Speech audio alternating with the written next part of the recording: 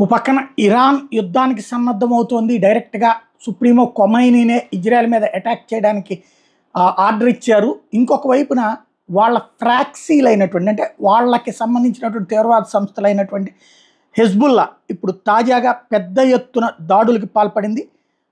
డజన్ల కొద్దీ కత్యూష రాకెట్లని ఇజ్రాయెల్ మీదకి లాంచ్ చేసింది.